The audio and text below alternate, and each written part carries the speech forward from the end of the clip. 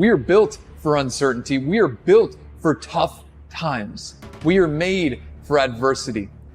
When you make a decision to be better, when you make a decision to do more and to be more, we must put on that suit of armor. We must disconnect ourselves and stop being prisoners to the sadness, to the fear. And these battles that we must face has different stories connected to it. These battles that we face each and every day of our lives has many things that sometimes we just don't feel that we're prepared for. We must find a way in an understanding that this thing that we are dealing with right now in our lives is only temporary. It's temporary and it will not last forever. You must realize that you must grow enough tenacity within yourself to press on. We are all going to face many battles in our lives, and some of these battles we will not always win these days. And we are more powerful together than any enemy we will ever face. We are bigger than this. We will get through this. We are stronger than this, as long as we play our part. You can either be a part of the problem or a part of the solution. You will either help the situation, not only your situation, but the situation of the people in your life and the people on this planet, or you won't. So quiet the fear, quiet the worry, quiet the anxiety, quiet the stress, quiet the frustration, quiet that voice in your mind that tells you that you can't get through this, that things will get worse, that maybe you're just not strong enough. Quiet that voice, quiet the doubt. Don't let the thoughts that you can't handle this take up any access space in your mind. What did you want your life to be like? She goes, well, it sounds stupid. I said, it's not gonna sound stupid to me. She said, well, I don't know. I just always, since I was a little girl, dreamed that I would be married and I would have 3 basically perfect children and they would love me totally, and I loved my husband, he loved me. And I said, okay, so how's that working for you so far? And she said, well, I think you know, she's a pretty famous person. She said, I'm divorced twice, I have no children, and I'm now X age. And to give you a clue, that age would be an age where having a child, your own natural child at least, barring a medical miracle, is not going to happen. So I said to her, well, why don't you just adopt? She goes, no, that's not it. And so what I had to dig under is, remember we talked in one of the earlier sessions about there's the surface problem and then there's the deeper desire or need. So I said to her, I said, well, hello and welcome to your day, a day of fulfillment, a day of opportunity, a day of opportunities or challenges that may come your way. What are your expectations? What is it that you ultimately want? Where are you looking to do? It is time for you to stop wandering in the wilderness and start focusing on the journey at and pushing yourself forward and working as hard as you can. It's only a fraction of what this journey is going to be all about. Will you be prepared? Are you prepared? Will you accept the fact that your birth was no accident? Quiet those voices and raise the volume on hope. Raise the volume on courage. Raise the volume on progress. That is what we are made for. We are built for progress. We are made to move forward. No matter what happens to us, we are designed and will always find a way to move forward. We always find a way to define the odds, as daunting as they may seem. We are built to weather the storms that life throws at us. That is what we are made for, and we can get through this. We will get through this. We can win, and we will win together. You filed bankruptcy and you stopped moving? You got fired and you stopped? Did you get divorced and you just stopped moving? You got cut and you just stopped? When my basketball career was over, I didn't stop moving. Why? Because I'm a shark. what if you couldn't have the husband, but you could have the kids? And she smiled and she said, I'd take that. I said, well, why not adopt a kid? She goes, no, it has to be my own blood children. So I kept digging to find out what was behind her blueprint. Because your blueprint is just a projection of what you think you need to be happy. But as human beings, we're notoriously ineffective at knowing it's going to make us happy.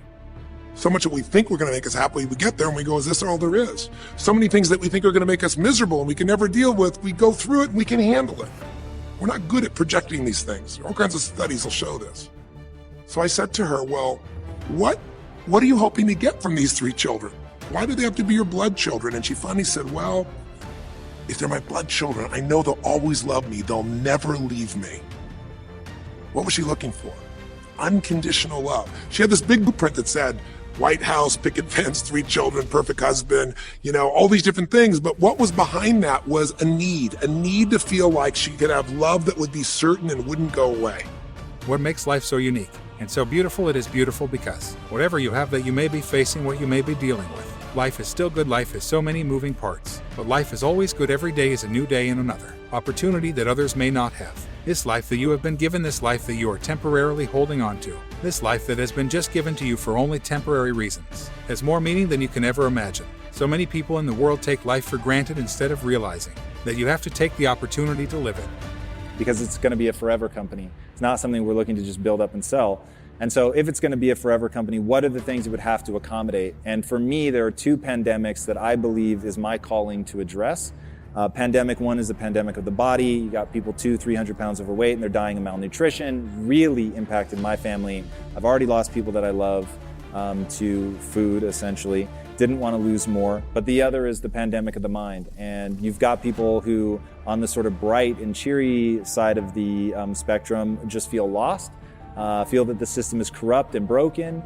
And having gone from scrounging in my couch cushions to find enough change to put gas in my car to, fantastic wealth, all through hard work, discipline, learning to get the timing right, all that stuff, I realized that it is the mindset that's holding them back. And I want to know what happens to the world if we find the next 1,000 Elon Musks. Self-discipline comes when you decide that you're going to make a mark on the world. And if you think that you're not disciplined or you can't be disciplined, it's because you haven't yet decided to be disciplined. It's because you haven't created that discipline yet. So make the decision, make the commitment. Discipline, the root quality that will improve every aspect of your life. And it'll make you better and stronger and smarter and faster and healthier.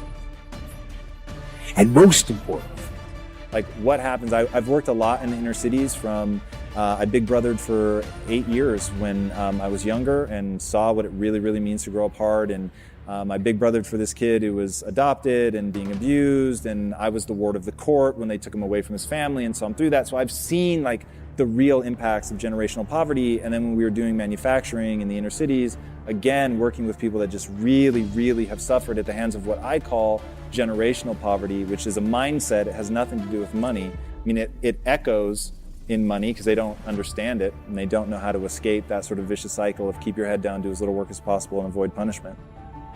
But so that I wanted to be able to do that. And I feared that I wasn't going to be able to make the two gel and that it would be bolting something on to this thriving, beautiful, amazing business. I didn't want to confuse it. But for me, like that's a must in my life. It'll make you free. There are no shortcuts. There are no hacks. If you want to take the easy road, I promise you it's longer and more painful than the hard road. I know. I've lived it. I've ventured down the easy road at times in my life, and it never led to anywhere good. The positive things in my life always came when I faced the biggest challenges. I joined the Navy. I took the hard road in the Navy and made it into the SEAL teams. There, I had the honor of leading men in combat. I learned some lessons along the way, lessons that have been tested on the battlefield and when implemented lead to success in any arena. One of the best things I've learned is that anyone has what it takes to travel the hard road. There are many different animals, creatures that roam throughout this desert, and things out here get eaten or they eat. And you have to ask yourself, which one are you? Because no matter what's going on out here, the art of survival is to survive, to live, and that's what these animals do. So what kind of animal are you? Are you really hungry? Are you driven? Are you determined? Do you want it? Are you going to do everything that is necessary to get it? Because there's no pity out here in this desert if you don't go after what it is that you are seeking to satisfy your hunger.